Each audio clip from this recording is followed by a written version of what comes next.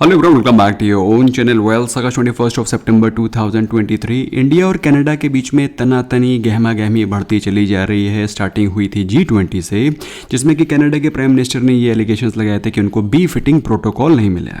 उसके बाद हरदीप सिंह निज्जर के मर्डर में भी कनाडा का एलिगेशन ये है कि उसमें इंडिया का हाथ है। जिनको पता नहीं है हरदीप सिंह निज्जर कौन है, तो Hardeep Singh Nijjar basically pro Khalistan movement का लीडर है और ऐसा मानना है कि ऐसा कनाडा का मानना है कि उसके पीछे, इनके मर्डर के पीछे इंडिया का हाथ है।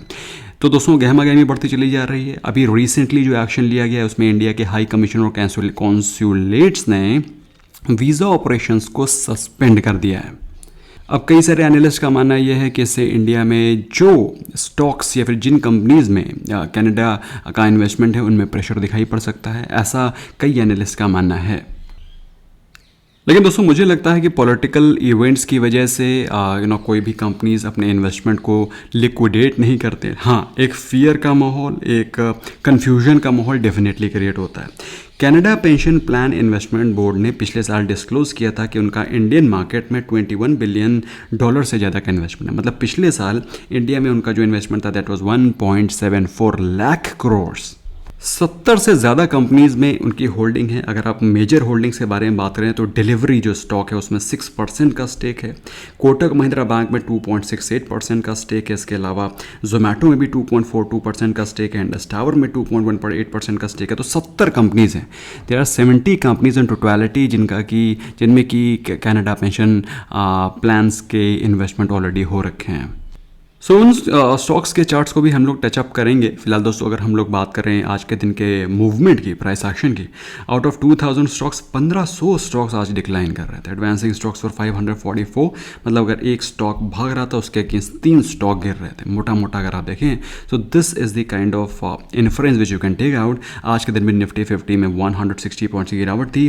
दोस्तों अगर आपको कल शाम का इवनिंग रैप आपने देखा है और आपको याद है तो हम लोग ने 45,200 के लेवल्स को बताया था कि 45,200 के लेवल्स क्रूशियल हैं बैंक निफ्टी में।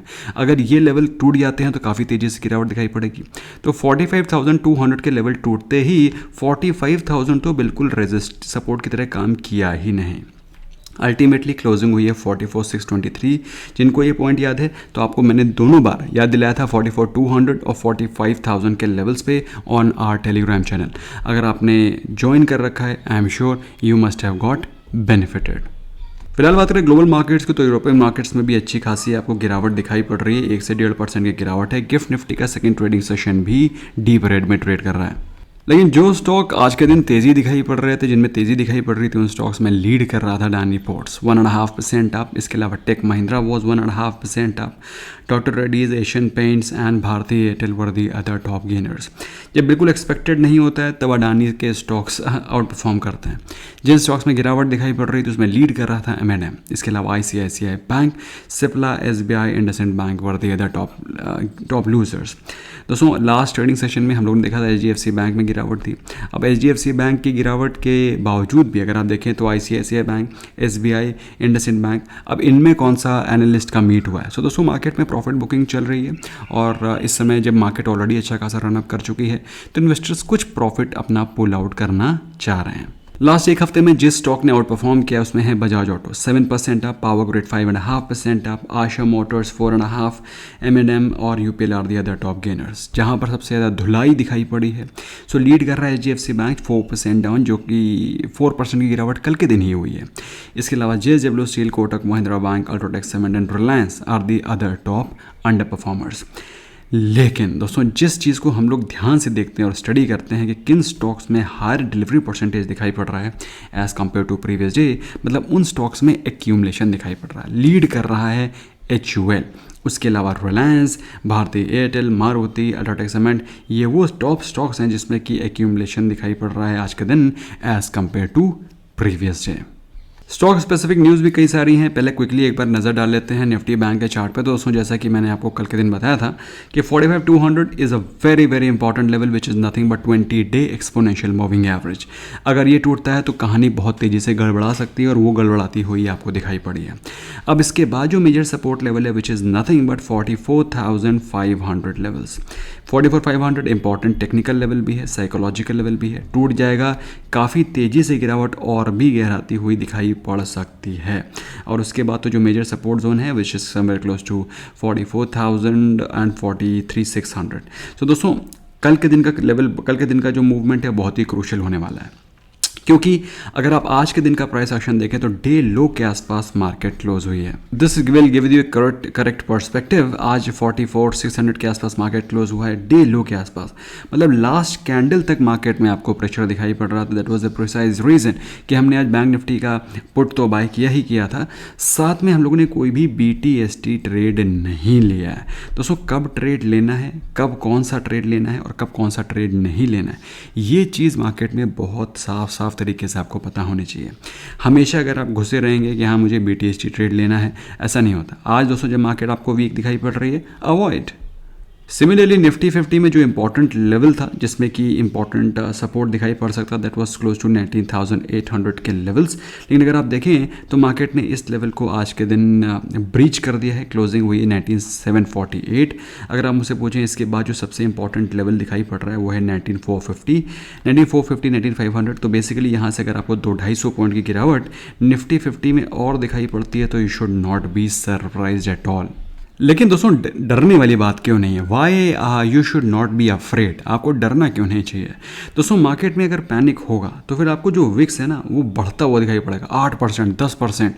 तो लेकिन अगर आप आज के दिन के विक्स के एक्शन को देखें तो विक्स में करीब 1.5-2% के आसपास की गिरावट है। What does this show? This shows this fall is not panic driven. This fall is not bad news driven. This fall is not driven because of किसी wrong fundamental की वजह से गिरावट नहीं हो रही है।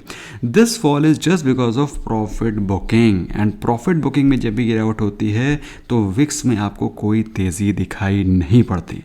आई hope you are getting what I am wanting to tell you. अगर आप देखें तो विक्स में आपको पिछले 3 दिनों से कोई भी तेज़ी दिखाई नहीं पड़ रही। हाँ विक्स अगर यहाँ से 10% भाग जाता, 12 के ऊपर निकल जाता, मैं आपको कहता कि भाई थोड़ा डरने की बात है। डरने वाली बात नहीं है।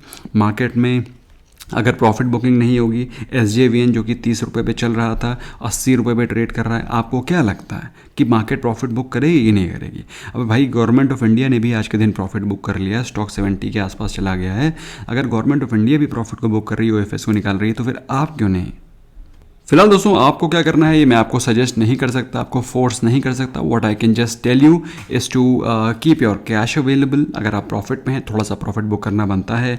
मेरी जवान घिस गई है कहते कहते कि हमेशा प्रॉफिट्स के टारगेट रखिए कि भाई यहाँ पे आ जाएगा विप्रो तो हम प्रॉफिट को बुक कर लेंगे, या फिर यहाँ पर आ जाएगा विप्रो तो हम प्रॉफिट को बुक कर लेंगे। There has to be some method in the madness. Anyway दोस्तों बात करते हैं स्टॉक स्पेसिफिक न्यूज़ की। तो विप्रो के जो नए CFO हैं, आपको मालूम होना चाहिए विप्रो मैंने आज नया CFO अपॉइंट किया है, अर्पणा अय्यर, जो कि एक्सपर्टीज़ रखते हैं in financial risk management, capital allocation, fund raising, और पहले भी विप्रो के इम्पॉर्टेंट प्रोजेक्ट्स पे काम करते रहे हैं। अगर आप मुझसे पूछें कि विप्रो में क्या करना, दोस्तों विप्रो में भी कनाडा पेंशन फंड का अच्छा खासा इन्वेस्टमेंट है, स्टेक्स हैं। तो आप समझ सकते हैं कि विप्रो में अगर आपको प्रेशर दिखाई पड़ता है शॉर्ट टर्म में, you should not be surprise. Specially 440 के इंपॉर्टेंट रेजिस्टेंस पे खड़ा हुआ है विप्रो। तो 440 का लेवल जो कि इंपॉर्टेंट लेवल था वो ऑलरेडी आ चुका है। अब जो नेक्स्ट अपसाइड होगी वो तभी होगी जब 440 के लेवल्स ब्रीच करेंगे, और उसके बाद कोई भी मेजर रेजिस्टेंस नहीं है up to the levels of, नहीं पहले छोटा सा रेजिस्टेंस है 480, और उसके बाद जो नेक्स्ट लेवल है वो है 560 स्ट्रेट। तो मेरे हिसाब से दोस्तों आपको नज़र रखनी चाहिए विप्रो पे। Let it break the level of 440, और उसके बाद जो नेक्स्ट लेवल दिखाई पड़ेगा that is none less than 550, 560। बहुत ही इंटरेस्टिंग चार्ट है। अगर आपको लगता है इसमें दम है इन्वेस्टमेंट करने के लिए, रिसर्च करें, अपने फाइनेंशियल एडवाइजर से डिस्कस करें और तभी इन्वेस्टमेंट करें। नेक्स्ट होगा दोस्तों इन्फोसिस। अब इन्फोसिस में दोस्तों पॉजिटिव न्यूज़ ये है कि आपने कभी भी बैंकिंग ट्रांजैक्शन किया होगा, जनरली अगर आप PSU बैंक्स में ट्रांजैक्शन करते हैं तो उसमें लिख करके आता है फिनैकल बैंकिंग सूट या फिनैकल करके। तो फिनैकल दोस्तों एक प्लेटफॉर्म है, it's a software as a service platform of Infosys, जिसके तहत वो बैंकिंग कंपनीज़ को अपने सर्विसेज को प्रोवाइड करता है। अब इन्फोसिस ने Finacle digital banking suit provide किया है इंडिया की नहीं बल्कि नाइजीरिया के बैंक को, नाइजीरिया के गारंटी ट्रस्ट बैंक को, जिसके तहत वो multi country digital transformation provide करेंगे उस बैंक को। एक बहुत ही प्रेस्टिजियस कॉन्ट्रैक्ट मिला है मेरे हिसाब से। अगर आप इन्फोसिस के चार्ट को देखें तो इन्फोसिस भी अपने इंपॉर्टेंट रेजिस्टेंस को ब्रीच करके ऊपर की तरफ जाना शुरू कर चुका है। If you just technically see, important level जो स्टॉक का है पहला वो है 1600 के लेवल्स, और बहुत ही जल्दी कंपनी के रिजल्ट्स भी आने वाले हैं, कंपनी डिविडेंड भी अनाउंस करेगी। तो जो नेक्स्ट पहला क्रूशियल लेवल दिखाई पड़ रहा है 1600 का। तो दोस्तों अगर आप मुझसे पूछें तो मैंने कल के दिन भी आपको बताया था कि आज से 3 महीने पहले इन्फोसिस ने HDFC बैंक की तरह ही कॉमेंट्री करी थी। उन्होंने बोला था कि अगले कई सारे क्वार्टर्स में हमारे मार्जिन्स में आपको प्रेशर दिखाई पड़ेगा। याद आया कि नहीं आया? सो दोस्तों उस समय क्या हुआ था, इन्फोसिस का स्टॉक गिर गया था from almost 1400 levels to as low as 1100 levels. ये आप देख पा रहे हैं। उसके बाद क्या हुआ, 3 महीने नहीं गुजरे, स्टॉक फिर से 1100 से 1500 पहुंच गया। तो बैड न्यूज़ में डरना नहीं है, बैड न्यूज़ में स्टॉक को सेल नहीं करना है, बैड न्यूज़ के समय स्टॉक्स को बाय करना है, अच्छी क्वालिटी ऑफ स्टॉक्स को। So that's what I can just suggest. Ultimately it is totally your decision to buy any stock और नॉट। हाँ, इंडिया कनाडा के न्यूज़ के चलते कुछ स्टॉक्स जिनमें कि एक्चुअली में प्रेशर दिखाई पड़ सकता है, उसमें से एक स्टॉक है BLS इंटरनेशनल सर्विसेज, जो कि वीज़ा सर्विसेज प्रोवाइड करता है, पासपोर्ट सर्विसेज प्रोवाइड करता है, ट्रैवल एंड टूरिज्म के बिजनेस में काम करता है। तो फिर ऑफकोर्स उसको थोड़ा सा तो नुकसान होगा ही होगा उसके धंधे में। तो उन्होंने फ़िलहाल BLS इंटरनेशनल ने तुरंत ऑपरेशनल रीजन्स की वजह से जो सर्विसेज हैं, वीज़ा सर्विसेज हैं, उनको इमीडिएट इफेक्ट पे क्लोज़ कर दिया है। और ऑल्दो उनका ये कहना है कि इसके चलते कोई फाइनेंशियल्स पे बहुत बड़ा मेजर इम्पैक्ट नहीं पड़ेगा, बहुत ही नेग्लिजिबल इम्पैक्ट पड़ेगा। However those who are interested और लव दी BLS स्टॉक, क्योंकि इसने बहुत ही बेहतरीन रिटर्न्स दिए हैं, तो मेरे हिसाब से स्टॉक में आपको थोड़ा सा रिट्रेसमेंट दिखाई पड़ सकता है up to the levels of 235। So at least मेरे हिसाब से इतनी गिरावट तो इस स्टॉक में आपको एक्सपेक्ट करनी चाहिए। अच्छा लगे हाँ, तो मैं आपको एक चीज़ और बता देता हूँ दोस्तों। कल के दिन US फेड ने अपने इंटरेस्ट रेट्स को सेम ही रखा था और उन्होंने कोई भी इंटरेस्ट रेट्स नहीं बढ़ाए थे।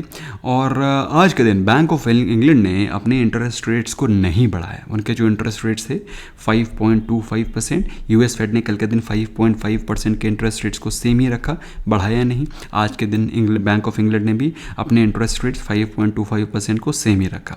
ऑल्दो मार्केट को एक्सपेक्टेशन थी कि वो बढ़ा सकते हैं, 5.5% कर सकते हैं, बट उन्होंने मार्केट को सरप्राइज किया और अल्टीमेटली आज के दिन कोई भी इंटरेस्ट रेट्स नहीं बढ़ाए गए। हाँ, उन्होंने एक कमेंट्री ज़रूर दी कि अगर इन्फ्लेशन बढ़ता है या फिर इन्फ्लेशन उसी प्रकार से रहता है, कम नहीं होता है, तो फिर फर्दर टाइटनिंग की जा सकती है। That's what you should be aware, ये चीज़ आपको पता होनी चाहिए। नेक्स्ट दोस्तों, फेडरल बैंक में एक बहुत ही पॉजिटिव मूव है जिसमें कि RBI ने HDFC AMC को 9.5% का स्टेक अक्वायर करने का परमिशन दे दिया है। और HDFC AMC को सिर्फ फेडरल बैंक में ही नहीं बल्कि इक्विटा स्मॉल फाइनेंस बैंक में भी 9.5% के स्टेक को अक्वायर करने का परमिशन दे दिया है।